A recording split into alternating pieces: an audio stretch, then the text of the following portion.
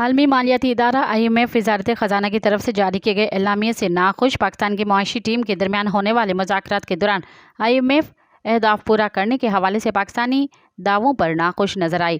وزارت خزانہ کے اعلامیے پر ناپسندگی کا اظہار کر دیا۔ اس موقع پر وزیر خزانہ محمد اورنگزیب نے IMF جائزہ مشن کو یقین دلایا کہ مستقبل میں ایسا نہیں ہوگا۔ اجلاس میں IMF نے اپریل سے جون کی آخری سہ ماہی کے دوران 9,415 ارب روپے ٹیکس ہدف کے حصول کے حوالے سے بھی پوچھا۔ خیال رہے کہ گزشتہ روز وزارت خزانہ نے اعلامیہ جاری کرتے ہوئے کہا کہ پاکستان نے IMF سے اسٹینڈ بائی ارینجمنٹ SBA کے تحت آخری قسط کے لیے تمام اہداف مکمل کر لیے۔ مزید خبرن